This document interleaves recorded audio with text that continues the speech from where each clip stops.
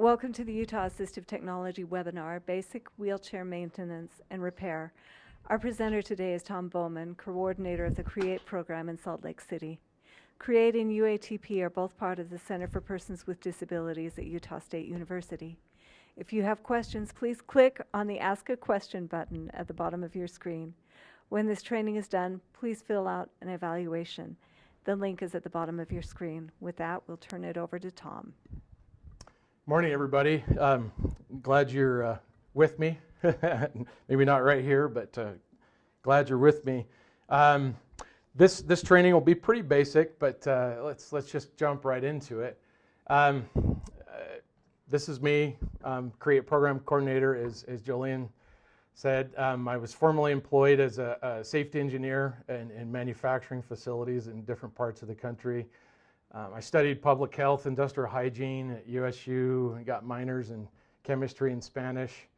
I'm a lifetime builder, tinkerer, and frugal fixer of broken things. I'm kind of a cheapskate, and it helps definitely in the job that I'm in to be a cheapskate and look for cheap solutions. And I've been at CREATE for about 4.5 years as a technician and as a coordinator. So CREATE, we're actually located in Salt Lake City. What CREATE does is we accept donated mobility equipment, we refurbish it and place it back out into the community. We serve all of Utah. We're part of, as Jolene mentioned, the Utah Assistive Technology program here at USU under the Centers for Persons with Disabilities. With the help of our volunteers, we place about 20 mobility devices with Utahns every month. We have no letter of medical necessity, no medical justification or qualification process.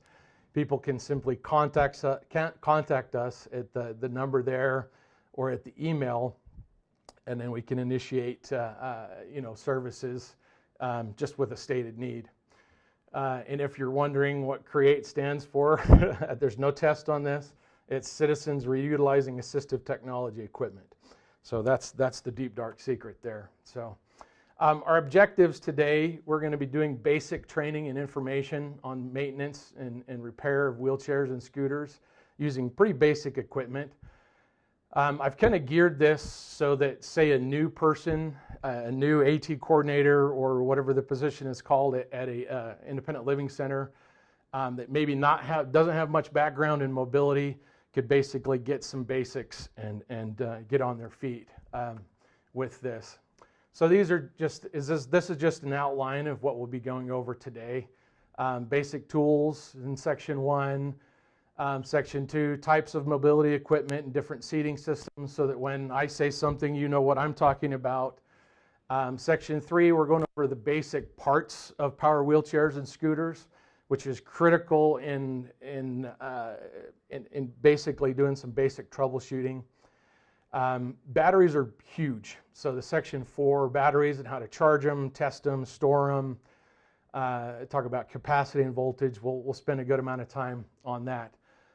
In the 5th and 6th sections are going to be a little less structured, but basically I'm going to divide it into my chair doesn't work, my scooter doesn't work. This is when it powers on, but it doesn't work, or the joystick doesn't powers on and then doesn't. Okay, we'll go one and then the other. And then Section 6, I'll just go through some other general hints with wheelchairs and scooters. So won't talk a lot about manual chairs, mainly be power, but we will mention manual chairs as well. So, all right, basic tools. This kit that's shown here is, as it says on the slide, is probably $125 to $150.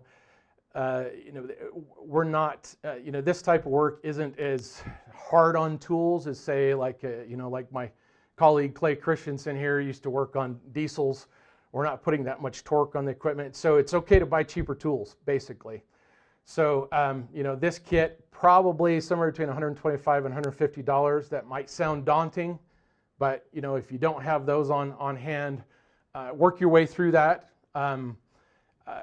Metric and standard sockets, metric and standard wrenches, basic stuff, pliers, screwdrivers, a simple multimeter like these. This costs about $18. This costs, I think, $12.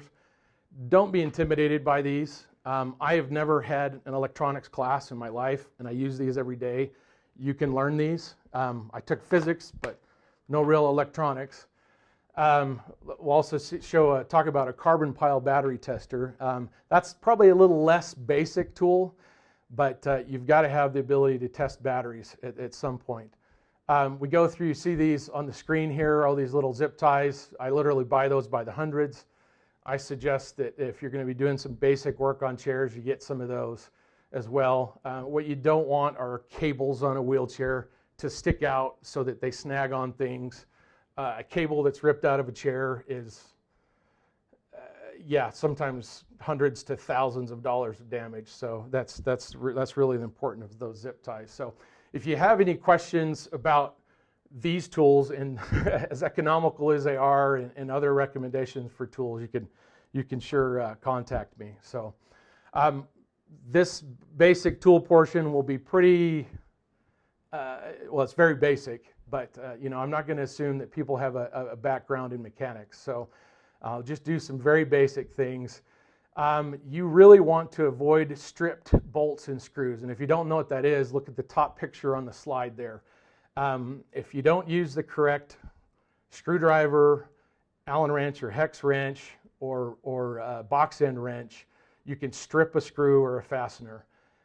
Take the time to learn the tool for the job, tool for the fastener you're connecting it to. Take the time to use the right one, because when you strip these, it's a big pain in the neck.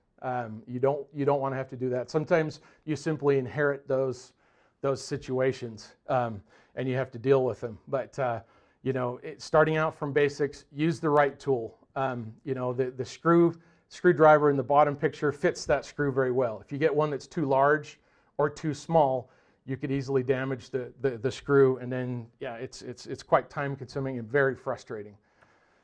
Okay, I've used tools my whole life, and I used to really poo-poo little dividers in storage containers. I absolutely love them now.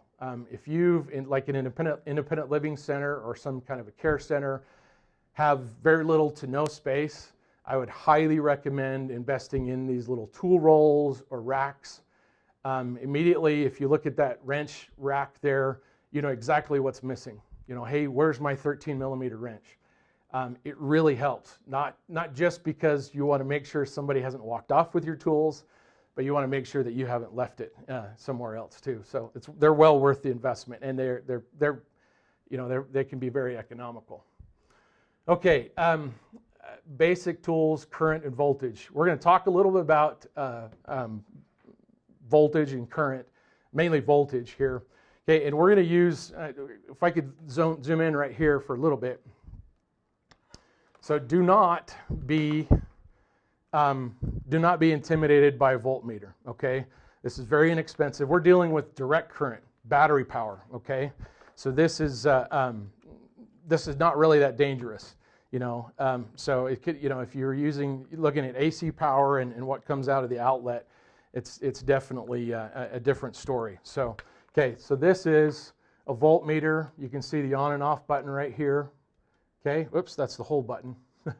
There we go, the display right there. Okay, so typically 98+% of the mobility devices use 24 volts. Okay, so when you use a voltmeter, you want to power it on. Okay, and then you see the symbol on the slide there. I don't know if we still got the slide up. If you could toggle back to that. There's a symbol for DC, okay? And it's a solid line with 3 dotted lines underneath it. That's direct current, okay? That's essentially battery power, okay? There's more to it than that, but that's essentially what it is. So what you want to do, you can see on this voltmeter right here, get my rights and my left interest screwed up on this display here. So you can see DC volts right there. Okay, so we want to test these 2 batteries on the bench here for 24 volts. So what we have to set this voltage range at is a value above 24 volts. So if you look at those values there, we have to set this, and we just turn this knob, I can get my hand out of the way, turn it to 200. all right?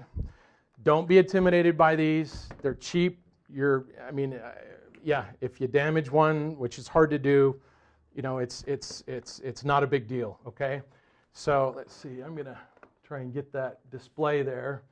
So I'm just going to show, okay, and I'm going to do something on purpose here.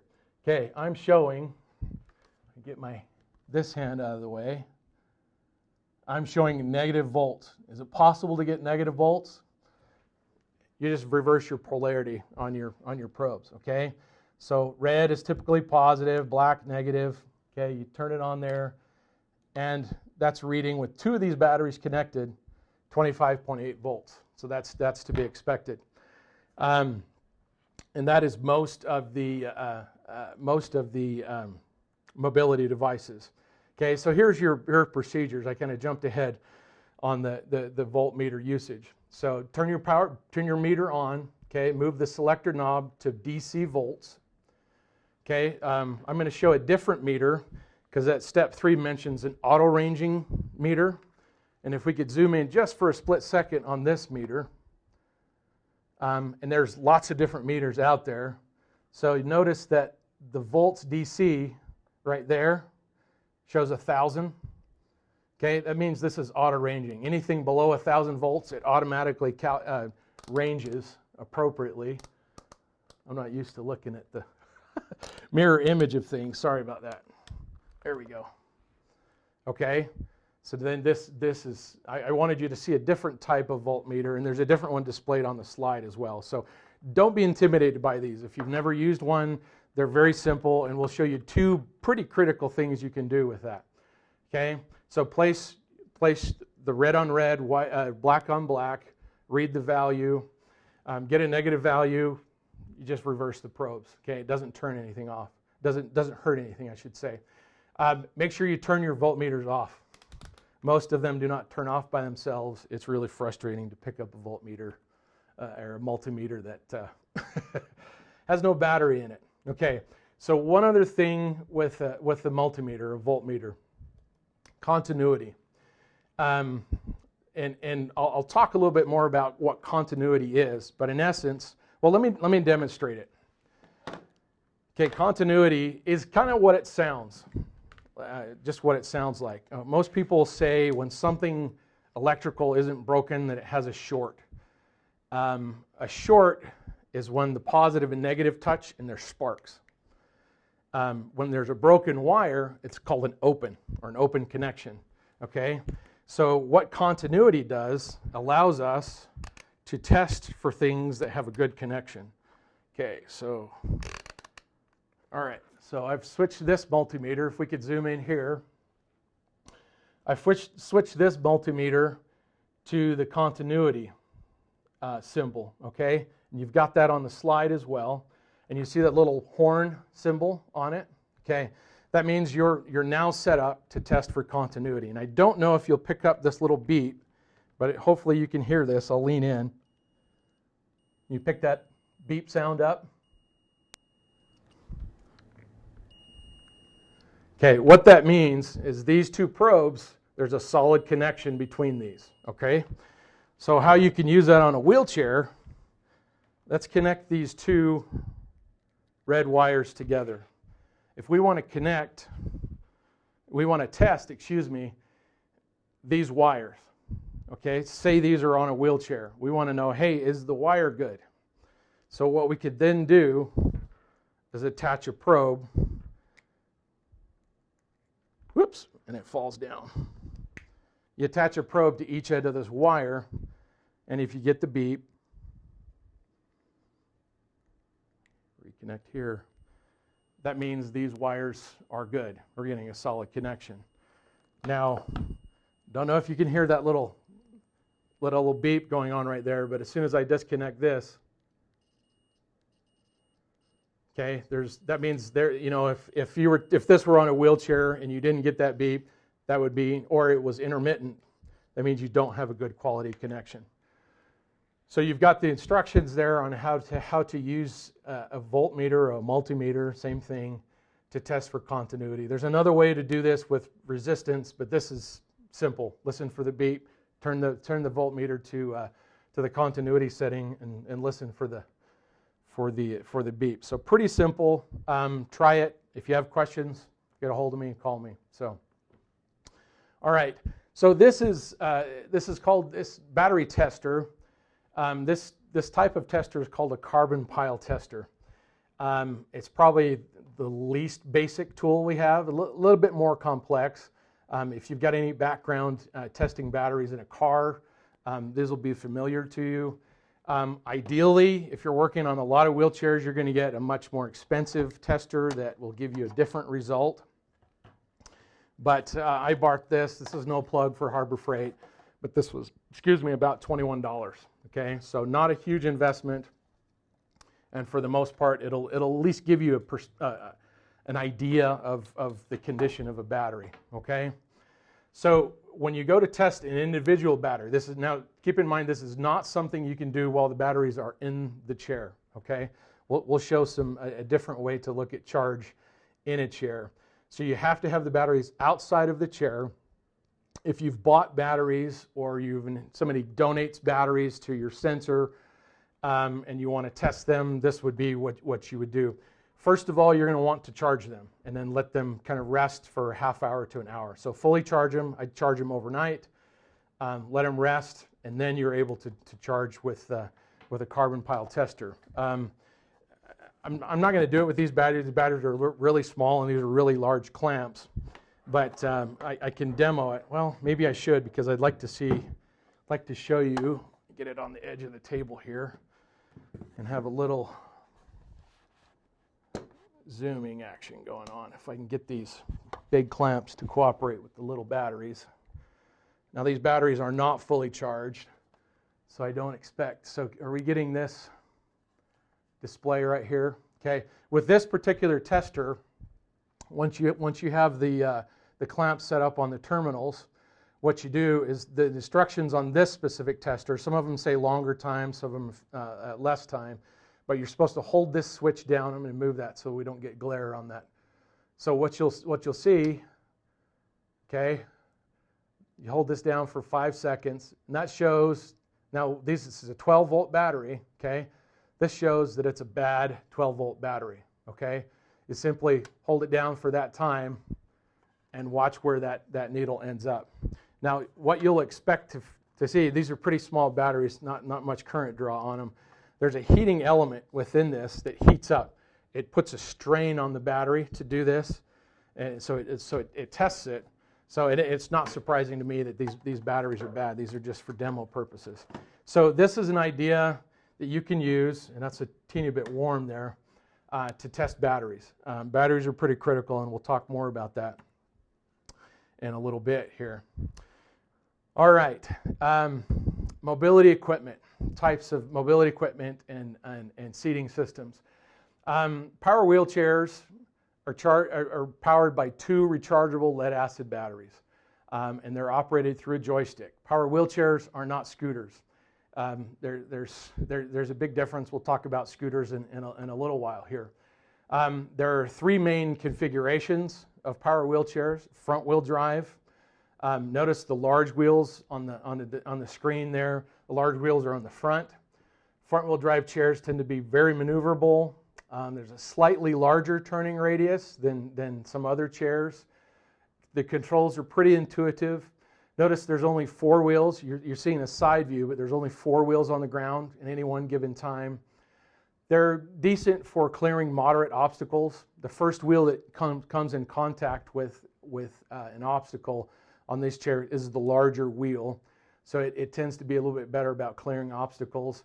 And they usually have some what we call anti-tipper wheels. In this case, they're probably hidden by the larger wheels. They're just smaller wheels that stop the chair from tipping all the way forward. They typically don't touch the ground if the chair's well adjusted. Mid-wheel drive chairs, the larger wheel is the drive wheel, and that's in the center of the chair. These are also very highly maneuverable, and it essentially turns within its own space. It can essentially turn 360 until the batteries wear out and really not go any farther forward or backwards. They don't clear moderate obstacles as well, or soft dirt or gravel, because the first wheel that comes in contact with things are those small caster wheels in the front. So they tend to get bogged down in soft dirt and gravel and stuff, but they're very stable. But those front caster wheels take every little bump and they can wear out pretty quickly. The last configuration is a rear wheel drive. You see the large on this chair, the large drive wheels on the back. It's got a very large turning radius. So wheelchairs turn not by using a steering wheel or a tiller like a scooter does, but almost like a tank does, where one wheel pushes the other, one pushes forward, one pushes back. So you can imagine in a rear wheel chair, the whole chair pivots in front of the drive wheels. So the turning radius, if you will, the radius of that circle is almost twice what it is for a mid-wheel drive chair. They're great for outdoors, not so good for indoors, simply because they don't navigate smaller spaces well. But they're great for outdoors. They used to be a lot more common. We don't really see too many of them around. They also do have, like you can see on the back, like the front wheel did, anti-tipper wheels that shouldn't be touching the ground if the chair is properly adjusted. Okay, so quickly go through rehab seating systems. So there's different, we call them seating systems. Rehab seating systems, and it took me a few months before I really got these terms straightened out in my head. Rehab seating systems are, they can have power functions or not, but they're mostly black. Most people that, even if they're not familiar with wheelchairs, they've seen a wheelchair that may be complex and the seat cushions are black and the back and the seat frame itself are black. Those are typically rehab seating systems. Rehab seating systems are meant to be highly customizable. You can replace the seat back and the seat cushions with dozens of different options that would meet specific needs for people. And there are a lot of custom supports for hips, legs, calves, even for heads and hands, troughs for arms.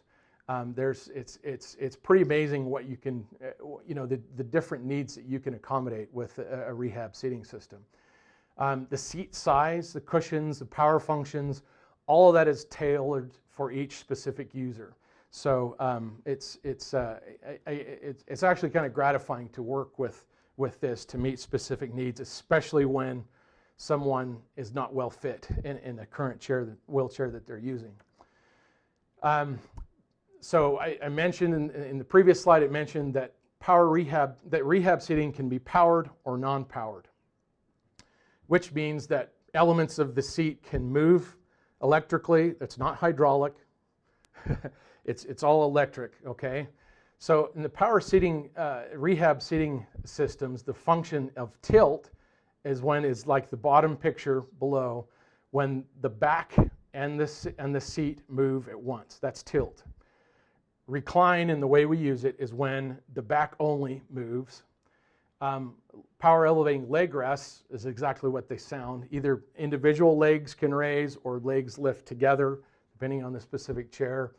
And there are chairs that have power elevate as well. The middle chair on the top photo there is showing a power elevate function. And then on the left-hand side, on the right-hand side on the top photo there is actually a power standing chair, which are very rare. But yeah, we have had a few of those, about a half dozen of those at Create, and you can actually stand someone up vertically and they can drive around. Pretty cool. So any combination of these functions can be present in a power rehab seating system, okay? Or there can still be a power rehab seat with no power functions at all. So, okay, the other general type of seating system is what we call a captain's or van seat. It's more general purpose wheelchair seating. There's varying colors.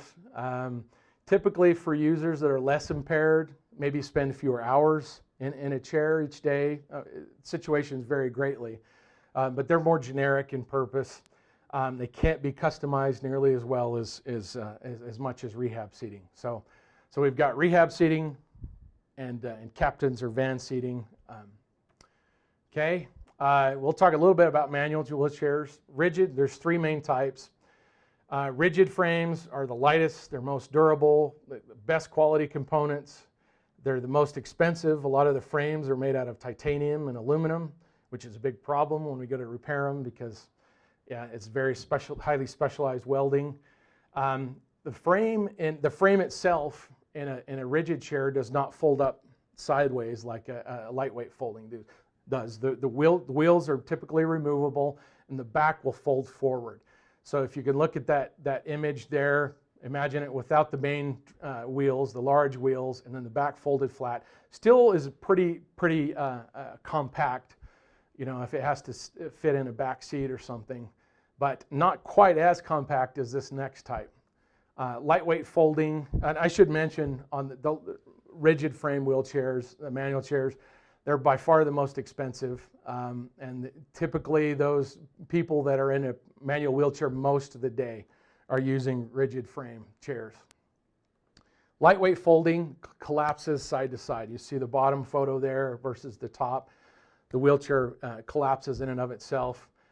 Usually slightly heavier than the rigid frames. Definitely better quality components in the lightweight folding and the rigid chairs when you compare them to the black and chrome standard hospital chairs. Both of these types also use rehab seating that we just talked about, meaning that you can change the height of the seat back, the different cushions, add different lateral supports, and a host of different things. These are very versatile general purpose chairs. And I'm sure you've all seen these, even if you got next to zero experience with a wheelchair. We call these standard wheelchairs or hospital wheelchairs. Lower end components, definitely heavier, not intended to be used for many hours during the day, although we do see that. And you typically not used with other cushions, but you know, you can obviously throw a cushion on there if you need to. Not very customizable, and they're less expensive. Transport wheelchairs are very similar to the hospital chairs. They're just typically meant to get a person from, let's say, a car to a doctor's appointment. You can't really self-propel in these, so someone really typically has to be pushing unless someone can propel with their feet. And they're pretty light, pretty inexpensive. There's also tilt and space manual wheelchairs. Definitely heavier. I don't envy the people who moms that have to lift these in and out of a car for their little kids. Typically don't accommodate self-propelling, so notice the large drive wheels aren't very large compared to other manual chairs, which means someone's pushing the chair. Some do, but most don't. Essentially, this is the only tilting manual chair. Okay, typically used by users with greater level of impairment. And these seats are rehab seats, which means they're highly customizable and really unique for each user. Okay, so I mentioned we're going to talk about scooters. These are scooters, those photos you see. They're not power wheelchairs, very different. 3- and 4-wheel versions of scooters are available. As you can probably guess, if you don't know already, the 3-wheel scooters are more maneuverable, but they're less stable. The 4-wheel scooters are definitely more stable, but they're less maneuverable. If you take a scooter like that 4-wheel one and try and turn it around in the center hallway, it's going to be an 8 to 12 point turn. So whereas a mid-wheel drive chair, it's just going to simply do a 180 and turn around. So again, it's best for outdoor use. Not a good choice for indoors unless there's really large hallways and easy access through doorways and whatnot. For some reason, manufacturers don't put very large batteries in scooters either, so they tend to have a much shorter range. In terms of batteries, the larger the battery essentially means a bigger gas tank. There's more to it than that, but essentially that's the case with batteries. So scooters also tend to have a much shorter range than power wheelchairs do. So. Okay, no questions coming through? Okay, yeah, it's pretty basic stuff here. So now we'll start getting into the stuff that may be less common knowledge. So, all right, so power wheelchair components. Power wheelchairs are driven or controlled by joysticks. They're not controllers, they're joysticks. Each wheelchair has its own unique joystick, and we'll mention other components, but one specific joystick has a specific set of electronics that it must be connected to. So you can't take one joystick that is not like another one and just swap them between chairs. Power wheelchair joysticks have what's called proportional control. So as you move the joystick forward a little bit, the chair only accelerates a little, but as you move it all the way, it moves within the speed, the full extent of what the speed is allowed as it's programmed. So the more you move it, the more the chair moves. Requires very little pressure. We see a lot of new wheelchair users, so to speak, get in a wheelchair and just slam the joystick forward. I do a lot of test driving in wheelchairs. I typically drive with my thumb. Very little pressure, probably less than 2 or 3 pounds of pressure required. There's a lot of different types of joysticks, so we won't go into that. That's too detailed for what we need to talk about today. But there's at least 8 common types of wheelchair joysticks. The joysticks get blamed a lot. They're a common scapegoat. The joystick is what people interact with the most with their wheelchair. My joystick doesn't work. I hear that a lot. And then we're going, okay, there's a lot of reasons why a joystick couldn't work. It's not necessarily the joystick in and of itself. And we'll go through some of those things. Okay, so wheelchair motors, switching gears here a little bit, no pun intended. Okay, so this is a very common power chair motor right in front of you here. What you've got on your, I guess that would be on your left side there, the silver portion there is the gearbox, okay? The black body there, the round body, is the motor, okay? The freewheel lever there, a lot of people that are familiar with power chairs, even a little bit, understand that when a chair breaks, you have to put it in freewheel. That lever, what that lever will do, if you turn it, will disengage the gears within that gearbox and allow the drive wheels to move freely. So if the chair fails or whatever weird situation happens, you can actually physically push the manual chair, the power chair. Some other wheelchair motors don't have the lever on the gearbox. They have, I don't know if you can see this cursor here, they have a brake disengage lever back here, okay? So there's a drive shaft, typically connects to the drive wheel, the motor. The brake is usually on the very end of these motors, always on the end of the motors. For that matter, for those of you that are especially really new to wheelchairs, the clicking sound you hear is the brake engaging and disengaging in a power chair. And I'm going to try and just demo that, if I can, right over here. Okay. So the brakes on a power wheelchair are essentially always on, unless you disengage them. But we're not gonna go there yet. So you'll hear a click when I move the joystick. The chair's barely moving. When I let go, there's another click. So the brakes are, in engineering terms, fail-safe. You know, if someone passes out and lets go of the joystick, it should fail. It should return to center and the brakes engage. Okay. You'd be surprised at some panicked new users that we fit in chairs and they're like, well, where are the brakes? But anyway, brushes are pretty critical with motors as well. The little arrow there pointing to the little round, there's a cap, little plastic cap that holds a brush. There's always an even number of brushes in a motor, either 2 or 4. If you're familiar with wheelchairs, you may have heard of 2-pole or 4-pole motors. That refers to the number of brushes on the motor. The brushes basically deliver the power to the motor. So the more brushes there are, essentially the more power the wheelchair motor can have. So all these different elements are potential points of failure. So which is why we're going through them right now. Scooter motors are a little different. With wheelchairs, there are always 2 motors. With scooters, there's only 1 motor. So the motor looks quite very much the same. You'll see a brake lever that you can engage and disengage. There's brushes in these motors as well. The drive shaft goes all the way across the scooter. There's a wheel on either end. And if you're familiar with what a differential is, in a truck or a larger vehicle and enables one wheel to move at a different rotational speed than the other, is what scooters have, because they need to turn corners and one wheel needs to move at a different RPM. But yeah, so only one motor per scooter, 2 motors per power chairs. Okay.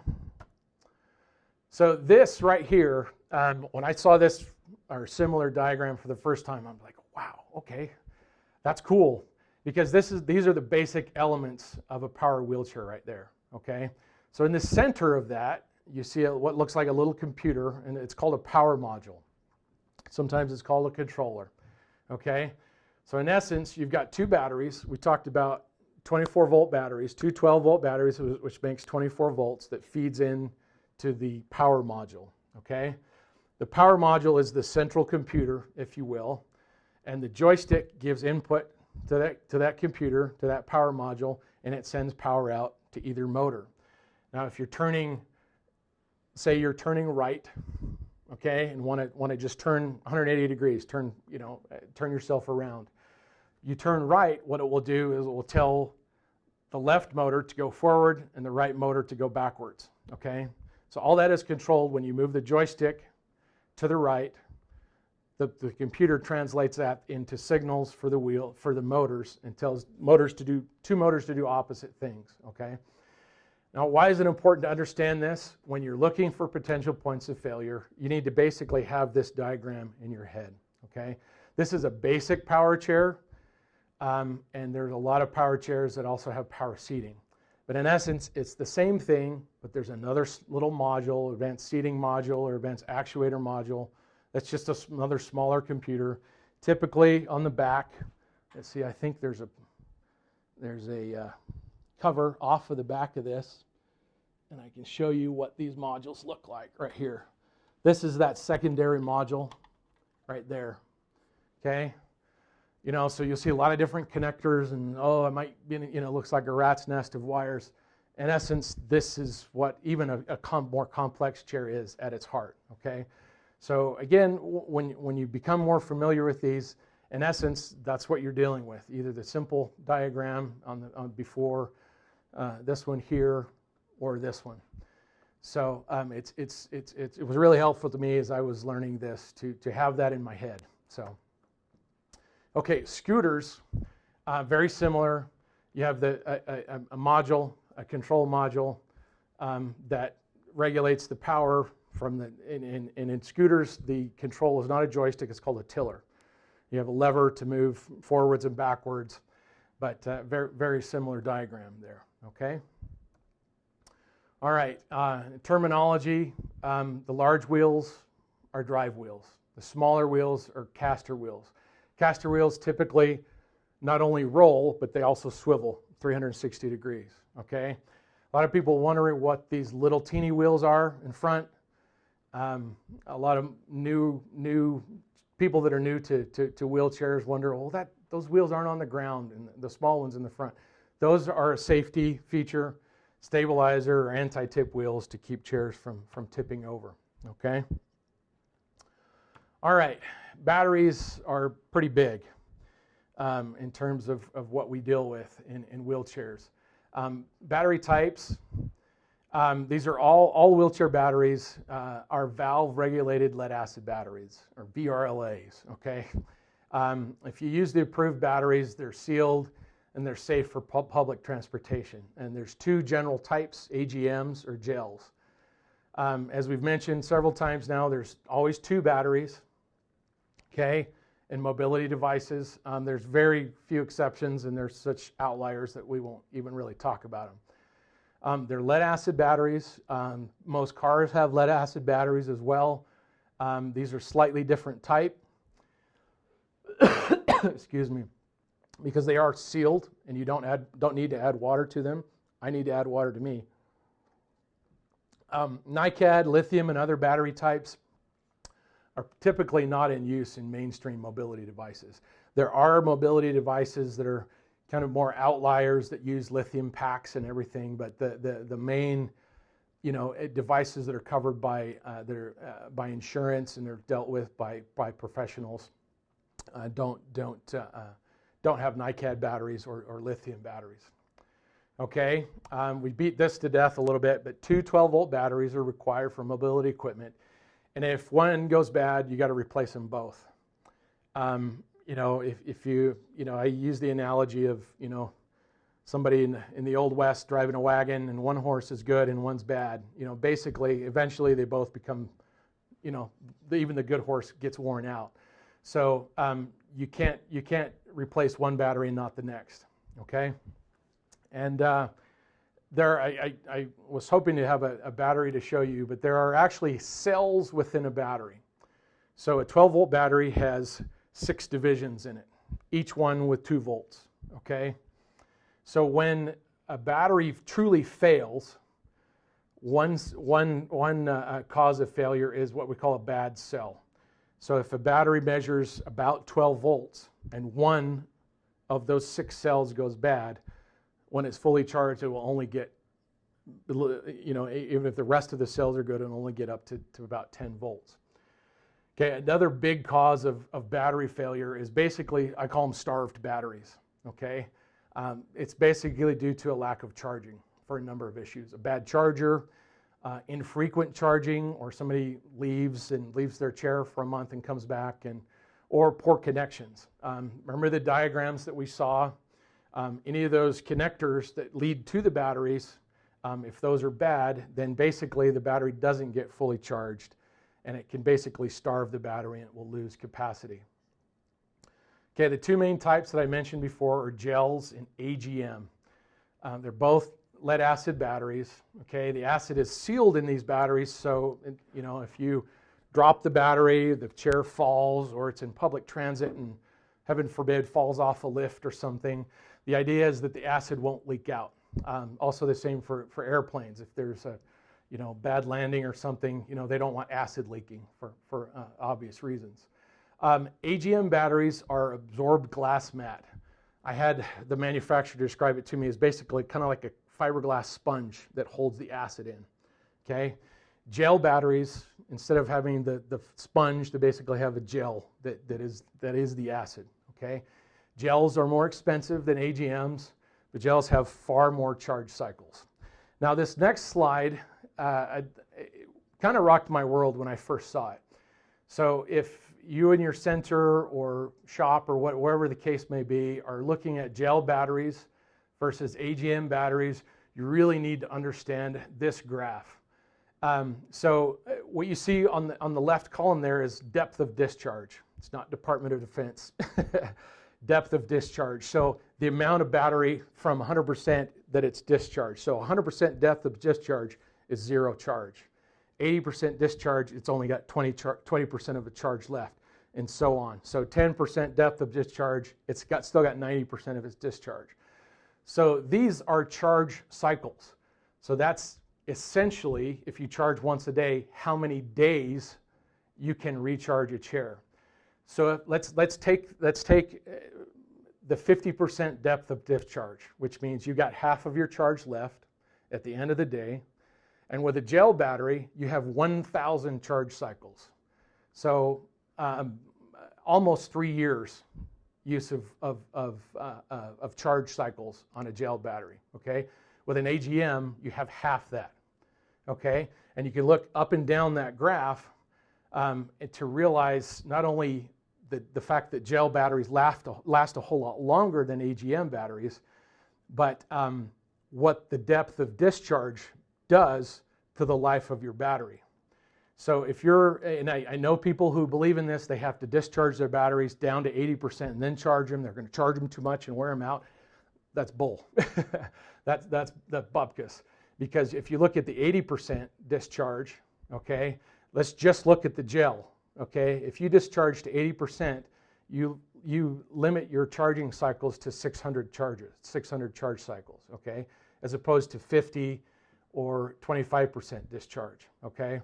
So the long and short of it, gels are far better than AGM batteries.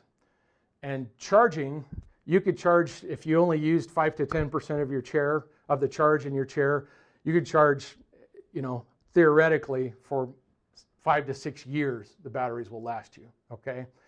So what that translates into is you can charge every night. There's no problem with that.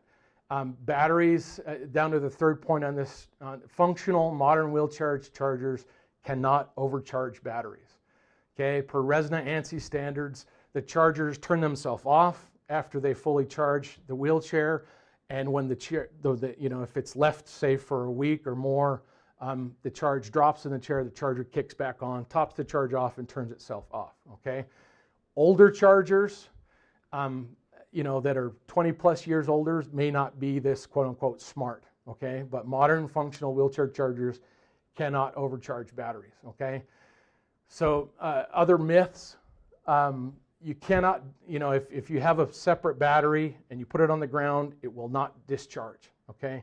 That's a kind of an urban legend. Apparently they used to make the cells in the batteries out of glass and have kind of porous cases for the cells. So, the glass won't crack because there is no glass in these, okay? So it makes no difference whether you put them on the ground or not. Lead acid batteries do not have memory issues, okay? NiCad batteries that were, very prevalent 10, 15, 20 years ago, if you only use 10% of them and charge them, their capacity, their ability to hold a charge would diminish greatly, okay? Lead acid batteries are not NiCads. They're not lithiums. They don't have the memory, quote unquote, issues. Okay. What you can do with the lead acid battery is starve it. As we mentioned before, if you don't charge it up fully, then you will definitely reduce the capacity. So that's not what we consider a memory issue. Okay. Again, as a myth there, I've listed my batteries will last longer if I only charge them once a week. That's not true, okay? At a 10, 15, 20% depth of discharge, you can almost recharge the batteries indefinitely. And it doesn't make any difference in terms of the longevity, essentially, of your batteries, okay? Just because, the last myth there, just because your joystick says you have a full battery charge doesn't mean that your batteries are good, okay? We'll go into this, that's a good segue into this, which is charge versus capacity. Why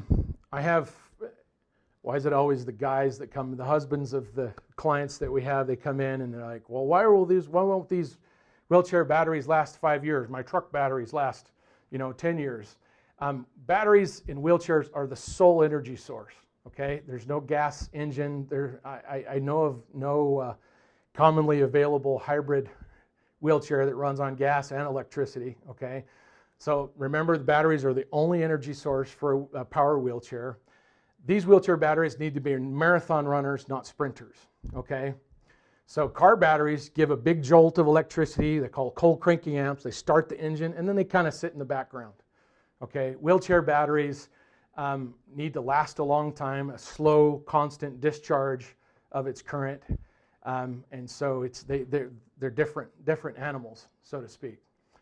In terms of battery charge, the standard voltage for a wheelchair battery ranges, and this is an individual battery, keep in mind, from 12.7 is fully charged, 11.7 is no charge. Okay, that's not very intuitive, but that's technically what the range is. You can actually see a little bit higher charge than that on a battery right when you pull it off of a charger. If you're going to test, as I mentioned earlier with testing batteries, you're going to want to let the battery sit for a while after you charge it and then test it to get an accurate reading off it.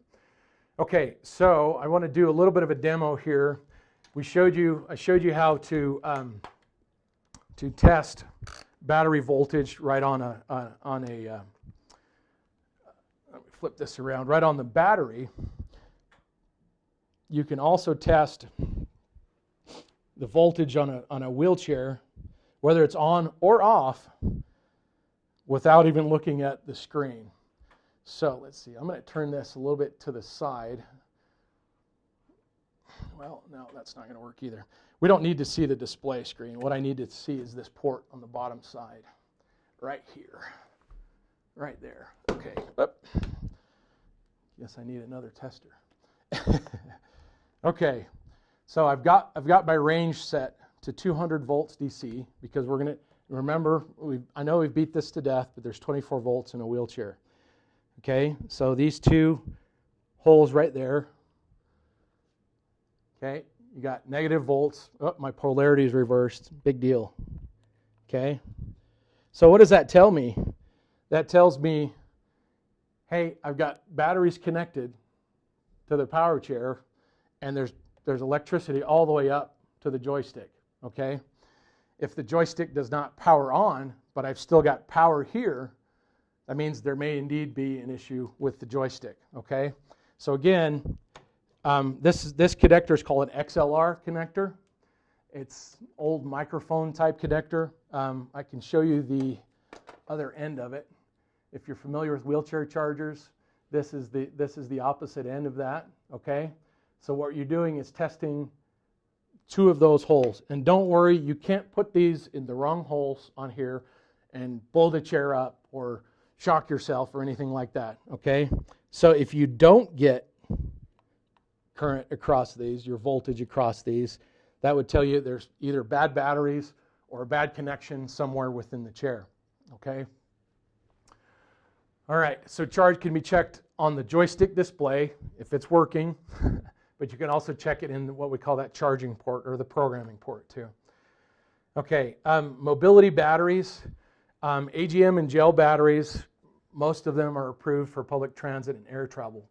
I get frantic calls from the airport, somebody saying, you know, I'm at United and they won't let me get on the plane, or these batteries approved. We only use this brand of batteries that are gel, and there's a statement right on the battery, DOT, FAA, and IATA, those requirements are met. But I would look, you know, if there's any question, look right on the battery itself. If the battery itself doesn't have it, I would go to the manufacturer to get certifications. Keep in mind that manufacturers have numbers of different batteries that they offer, and you're going to need to be very specific, or they're not probably going to give you useful information there. Okay, so we're going to kind of switch gears a little bit, and we're going to let's see.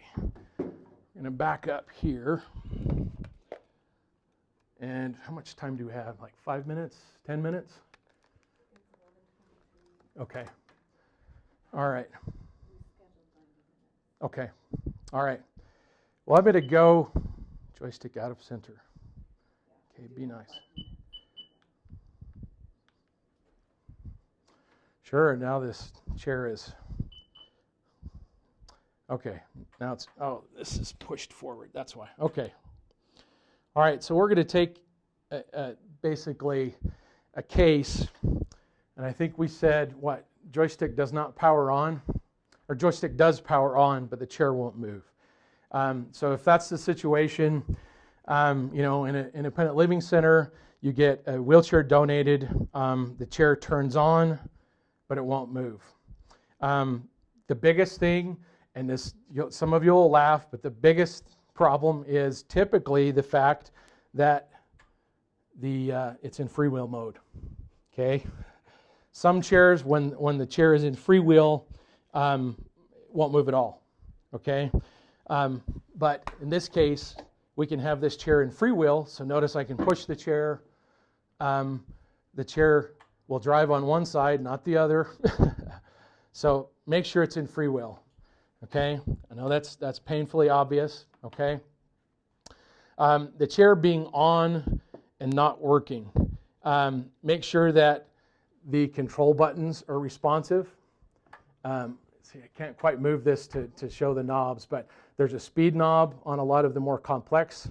You know, step through the different profiles and power functions on the chair. Test all the different ones. Make sure that's working. If the joystick powers on and the chair doesn't move, and there's a problem, you'll typically see either on an LCD screen an error code. Those numbers that you will see on those error codes are very critical. We can go back and reference technical documents to show what that specific error is, and usually it's quite helpful at letting us know what the problem is. If you don't have the LCD screens and just have the lighted screens, look at either the number of flashing lights. Typically there's 10 lights, and those lights will flash a given number of times, typically anywhere from 1 flash to 12 flashes, or sometimes it's the number of flashing lights or the number of times the lights flash, if that makes sense.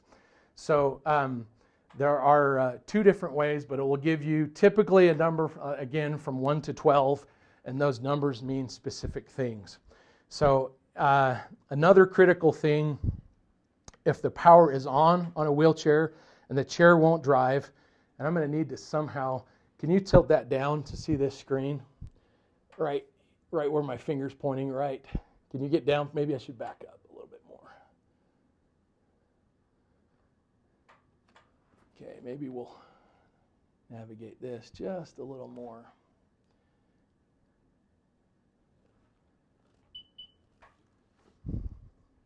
Okay, now I've just bumped this attendant control on the back, and this main joystick didn't like it. Okay, so we showed you the module on the back of the chair. There's actually, and that controls the power seat, there's an angle sensor in that. And there are threshold angles that essentially either slow the chair down or lock the chair out. So in this case, you can't see it very well here, but there's essentially a stoplight there with red, yellow, and green lights.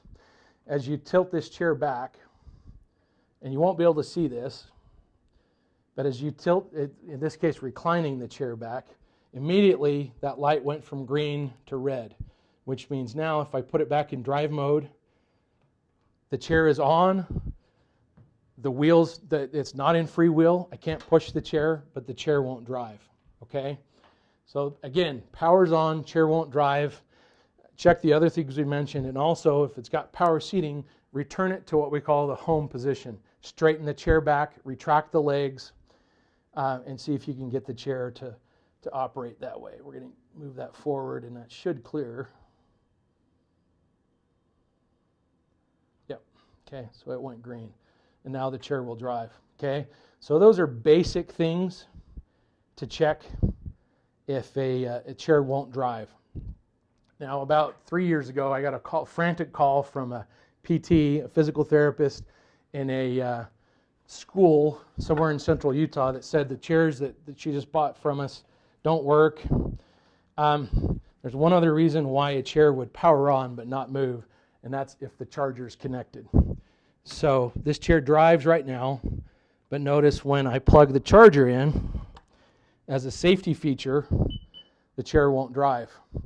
This is precisely so that we don't rip these cords out of the joystick and then out of the wall as the charger's plugged into the chair, okay?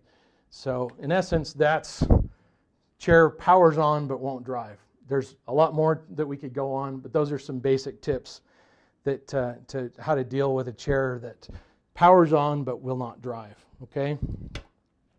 Now, a chair that will not power on and will not drive is, as you can probably imagine, a whole lot less facts and a whole lot more that can be wrong with it, okay? One of the first things to do is to check the voltage, like we showed you, across these connectors here.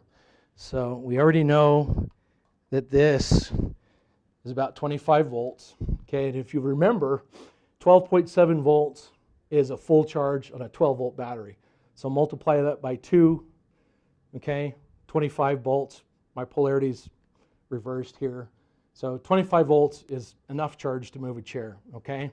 So if this did not turn, this did not move or did not turn on, at least we would know that there's voltage to the joystick, okay? So I'll just do this kind of right here so we don't have to change the camera angle. Okay. So this is a simpler joystick, okay? So what I'm going to illustrate here is the importance of connections. We talked about continuity, okay? So a lot of you have dealt with wheelchairs before. You're probably familiar with this type of joystick, okay? This is not connected to a chair, so there's no surprise that this will not turn on, okay? This joystick in particular is really famous for this switch being stubborn. People will beat on it, and it'll finally come on. So what the issue is a lot of the times, and this is not glued on, I intentionally left that loose. What you see is this little black knob here. That's actually conductive. So that means if we put the conductivity testers on either side of this, it would beep, okay? So it's essentially like copper, that little black thing. So what that has to do is go down in this hole, and there's interlacing pattern there, and that has to make contact, okay? If these tips are dirty, or there's dirt and grime down in there, it's a poor connection. And what that ends up being for the users is they're beating the fool out of their power button, and it finally comes on. So we see this an awful lot. Oh, my joystick's bad. Oh, I want to buy a joystick. Oh, they're $500 new.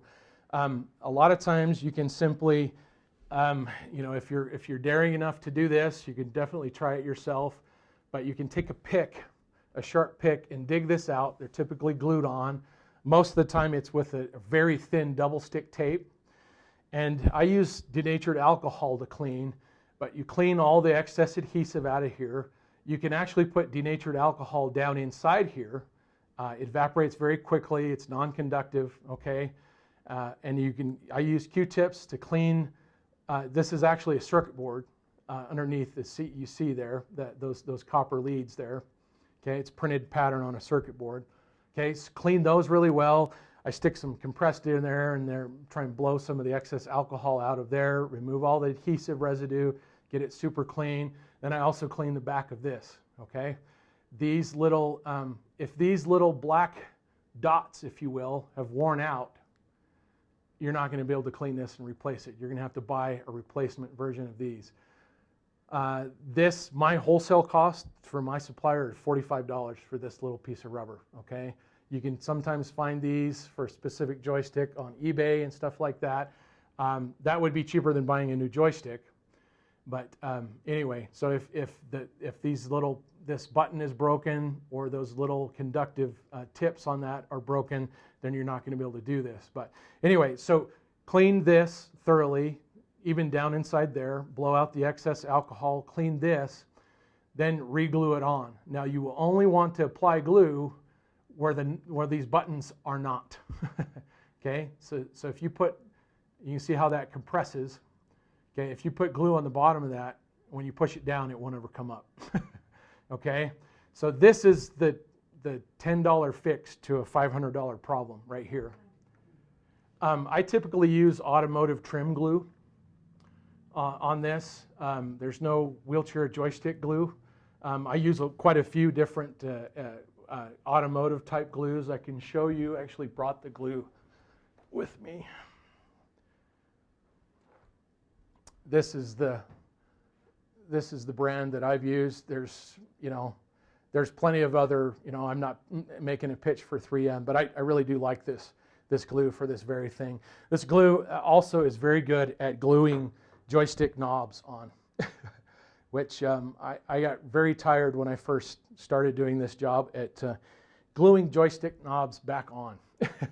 So I'll actually put a little bit of excess glue on the joystick knob and thoroughly clean this post and the knob itself, and apply enough glue to where the joystick sticks to this little shaft, and also glues this boot to the knob itself. So and that tends to help with that. Okay, so again, keep this in mind. If you've got questions on how to do it, it's really not hard. If the buttons themselves, if the rubber hasn't been overly worn out, you can do this. You can do this on a number of the simple joysticks. Even the more complex joysticks, like this one has, this other joystick still has a small rubber overlay or template, whatever you want to call it, that is essentially this same thing. It's a little thinner, different button configuration, but it's got the same thing where a small rubber knob, if you will, pushes down with a conductive surface and makes contact on a circuit board. So, Yeah, that's definitely. In fact, a lady came in last Thursday, panicked, needed a new joystick, and this took us about, I mean, obviously we've done this a lot, but it took about 5 minutes, and it powered on immediately. And you didn't have to beat the fool out of the power button to get it to turn on. Okay, continuing on with the joystick does not turn on, and the chair won't run. Obviously, if the joystick's not turning on, the chair won't run, but not everything is obvious. Okay, so what you'll want to do is check connections. This is not necessarily the best chair to demo, but we'll try and show you. So in essence, with a lot of this, you follow wires, okay? You can hold that right there for a second. Some joysticks have a connector, a removable connector right here. I don't like those because it's a very easy point of failure. But if there is a connector there, take that off and check the condition of it. If it's grimy, you can take a simple toothbrush with some denatured alcohol and clean that off. Denatured alcohol is really cheap, and it's a cheap solvent, readily available, and you can and it's inert. It won't hurt. It's not conductive, so you can easily use that to clean those connections and put that back in. So you can clean connector. Potentially you could clean one there. You could follow the wire back in the back, see where it connects. Okay, a lot of times we see just a simple connection. A bad quality connection is the cause of failure. We love it because there's a simple fix like that. So in essence, follow connectors. A lot of these are outside. At least some of the basic ones are outside the chair. So eliminate the low-hanging fruit first to check why the power chair won't turn on. If you've got good voltage and this won't turn on, resolve the button issue, check the connectors. If at that point it's still not turning on, then you may have an issue with a power module, you may have an issue with a joystick. It gets a little more complex after that. So I think that's pretty much it in terms of, well, there's one other thing I wanted to mention. And I should have mentioned this when I talked about when the power chairs power on but do not work well. I'm not belittling a certain brand over another, but certain brands of wheelchairs and their electronic sets, if the batteries are failing, they do not, it causes a host of electronic issues and causes you to essentially chase your tail. And it will throw a lot of different codes. So if you're trying to fix a chair and you can't find what's wrong with it, make sure that you know you've got good batteries, and you can power that externally if you need to. But make sure the batteries are good when you really start delving into the repair of a wheelchair. I wasted several hours about 6 weeks ago thinking the batteries were good, and they weren't. And when I replaced the batteries, about 8 different errors completely disappeared. So anyway, make sure that the batteries are good before you start to, quote unquote, chasing your tail with these different errors too. So start simple. There's a lot that you can learn from just eliminating these simple things. So, all right, there's a different chair right here. One of the tips that we're pretty proud of and we're happy to figure out. This is a Jazzy chair. The Jazzy chair has this. It's a soft pad here and this plastic trough, black plastic trough. 90% of the donations that come in have door paint right here because they slam into the door and scrape. The best thing to get that paint off is just a simple solvent like mineral spirits or something like that and some steel wool. You get a little bit of abrasion, but the mineral spirits give it a little bit of lubrication, and it takes the paint off and really doesn't do anything to the plastic. And you know, part of what we do in providing mobility is to give people a little bit more dignity too. So you know, wheelchair arms that have a whole bunch of scraped paint on it. You know, it's you know, to some people that's not good for their dignity. So that's a real easy fix. That really improves the looks of a power chair. If you just pan down on the same chair toward the floor, you know, to get to caster wheels and to drive wheels, you might think that you actually have to physically lift the chair up. It's pretty easy, and I'm going to use a motor as my, hopefully I can get this to work. But it's pretty easy to tip a chair on its side. This chair probably weighs about, 275 pounds, but with maybe 50 pounds of force, you can lift a wheel up. Yes, I'm a big guy, but you can slide something under and it will hold that wheel up. Okay? That was maybe 50 pounds of force. Okay? You can get somebody to help you if you can't do that. Then you can access the drive wheel very easily there. Okay? You could do kind of the same thing with the caster wheels, but you don't have to have serious equipment to necessarily work on some of these simpler things like replacing caster wheels and drive wheels. Okay? Gosh, that's strange, but I think I've probably reached the end of my material. It seems like I had something else, but that's pretty much it. Are there no questions coming in? Okay. Hopefully everyone's still awake. But I really appreciate your time, and if you have any questions, go ahead and reach me on the number that or the email at Create. And thanks for participating in today's webinar.